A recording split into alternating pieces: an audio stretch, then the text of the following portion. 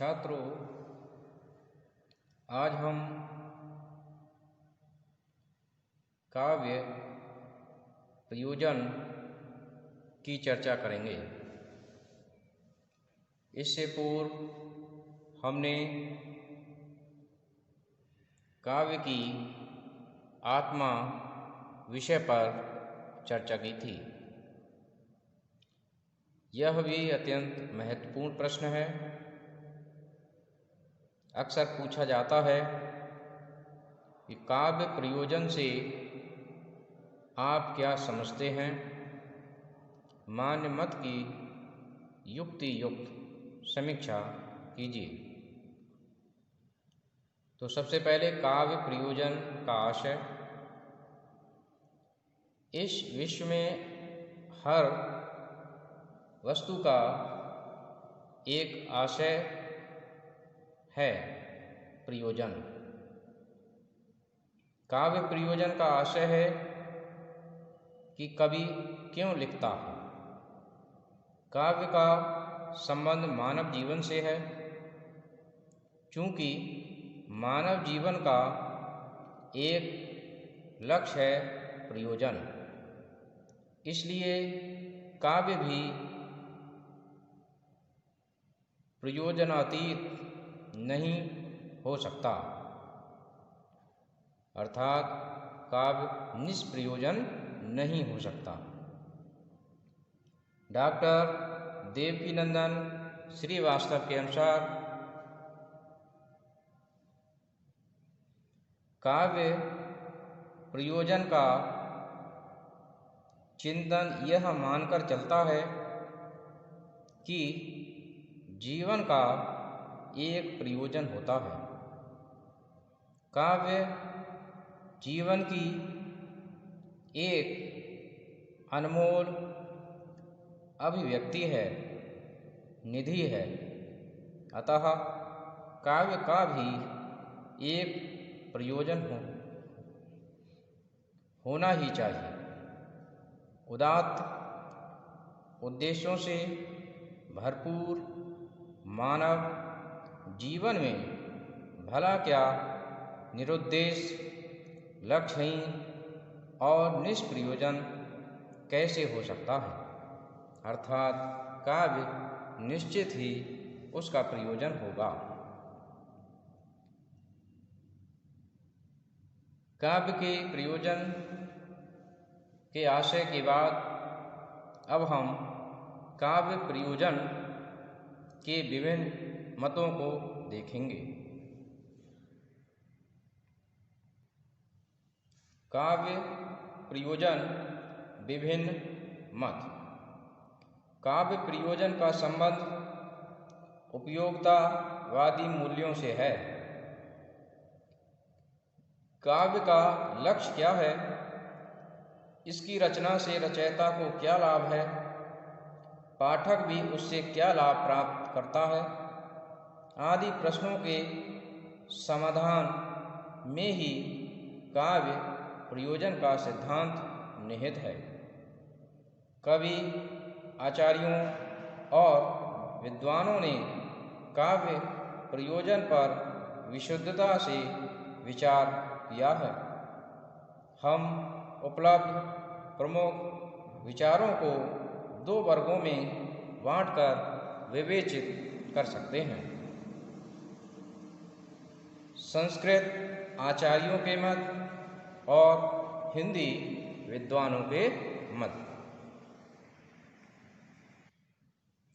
तो सबसे पहले अब हम संस्कृत के आचार्यों के मतों को देखेंगे। आचार्य भरत मुनि आद्य आचार्य माने जाते हैं। उन्होंने नाट्य शास्त्र ग्रंथ लिखा है। उसमें वे लिखते हैं, धर्म्यम यशस्यम आयुष्यम हितम बुद्धि विवर्धनम लोको उपदेश जननम नाट्यमेतद् भविष्यति।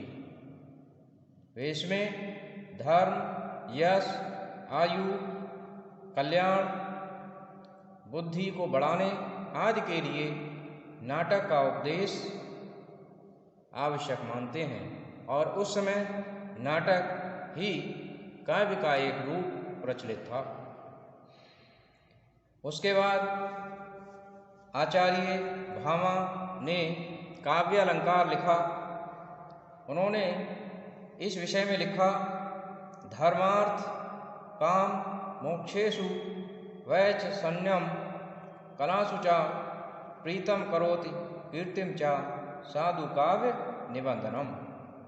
धर्म अर्थ काम तथा मोक्ष की प्राप्ति के लिए काव्य का निबंधन किया जाता है।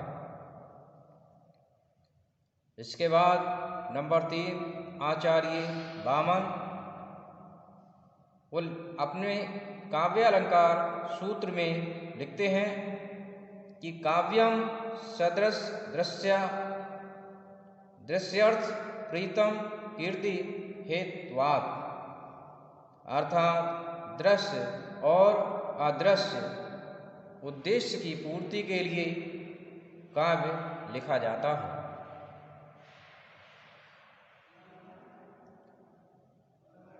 उनके पश्चात आचार्य रुद्रट ने भी इस विषय में लिखा है।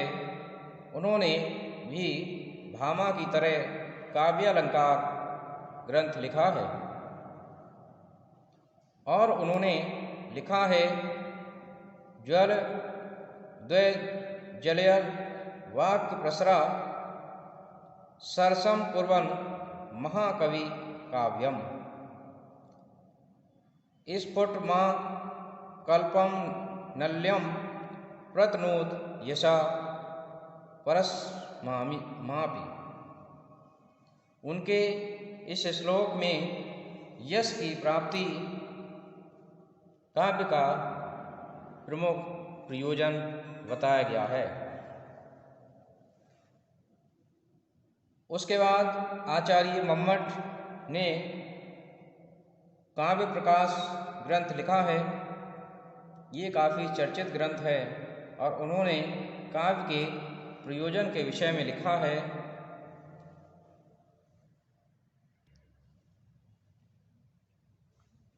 आचार्य मम्मट अपने काव्य शास्त्र में लिखते हैं, काव्यम यशसे अर्थ करते व्यवहार विदे शिवे तरक्षतये सद्या पर निर्वत्तये कांता समेत तयोपदेश युजे।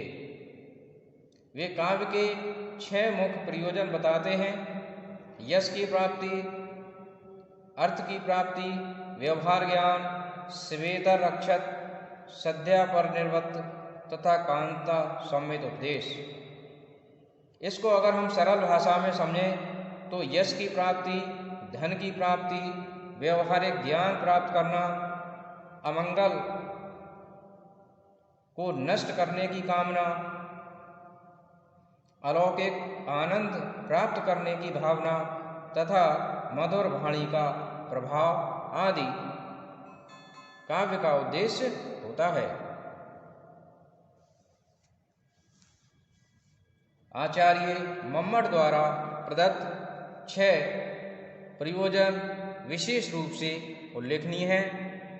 अब हम संस्कृत के आचार्यों के बाद हिंदी के विद्वानों के प्रयोजनों को समझेंगे। हिंदी के अनेक विद्वानों ने इस विषय में अपने विचार व्यक्त किए हैं। तो सबसे पहले गोस्वामी तुलसीदास का विचार हम देखते हैं। यद्यपि उन्होंने लिखा है कि स्वांत सुखाय तुलसी रघुनाथा, कि अपने सुख के लिए मैं ये गाथा लिख रहा हूँ, लेकिन उन्होंने रामचरितमानस में ही यह भी लिखा है कि कीरत वनित भूति भली सोई सुर सरि सम सब कहित होई।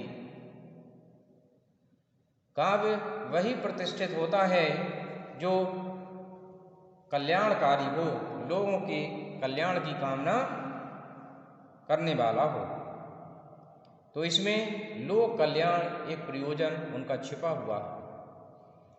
दूसरे विद्वान हैं देव वे लिखते हैं, ऊंच नीच अरु कर्मवश चलो जात संसार, रहत भाव भगवंत जस नव्य काव्य सुखसार। देव अपनी इन पंक्तियों में जस अर्थात यश की कामना की बात करते हैं कि सबको चला जाता है, लेकिन फिर भी व्यक्ति का जो यश है वो हमेशा बना रहता है। उसके बाद भिखारी दास ने भी इस विषय में लिखा है कि एक लहे तह पुंजन के फल, ज्यों तुलसी अरु सूर्य गोसाई, एक लहे बहु संपत्ति के सब भूषण, ज्यों बर वीर बड़ाई, एकन को जस ही सुप्रयोजन है, रस खान रहीम कुनाई, और दास कवि तन की चर्चा, बुद्धिवंतन को सुख दे सब ठाई।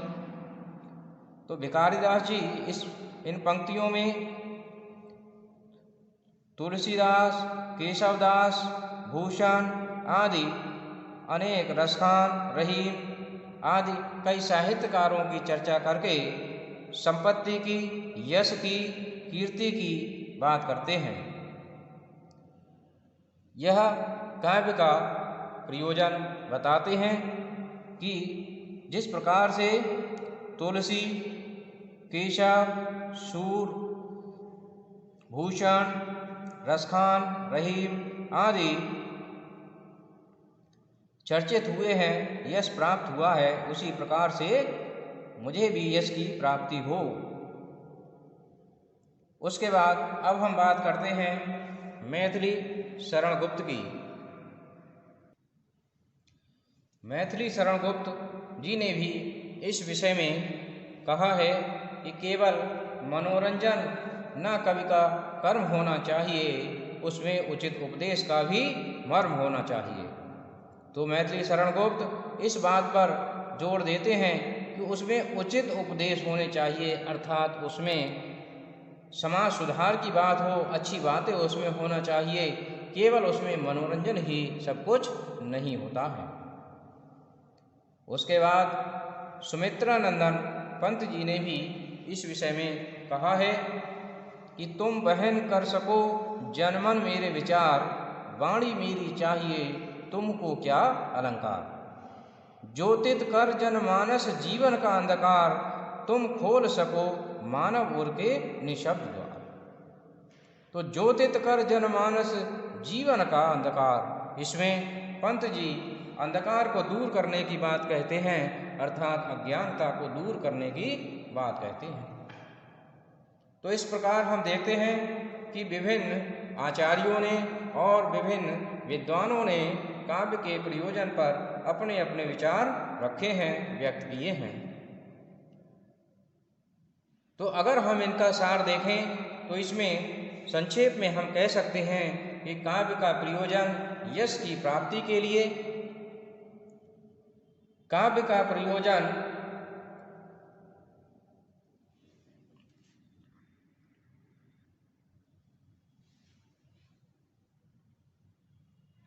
आत्मिक सुख के लिए, काव्य का प्रयोजन समाज कल्याण के लिए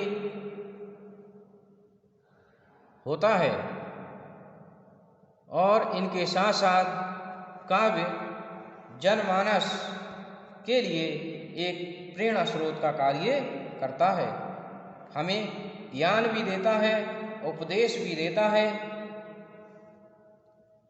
और हमें एक अच्छे मार्ग की ओर ले जाता है। तो काव्य का प्रयोजन समाज के लिए एक अच्छे रास्ते पर लाना होता है।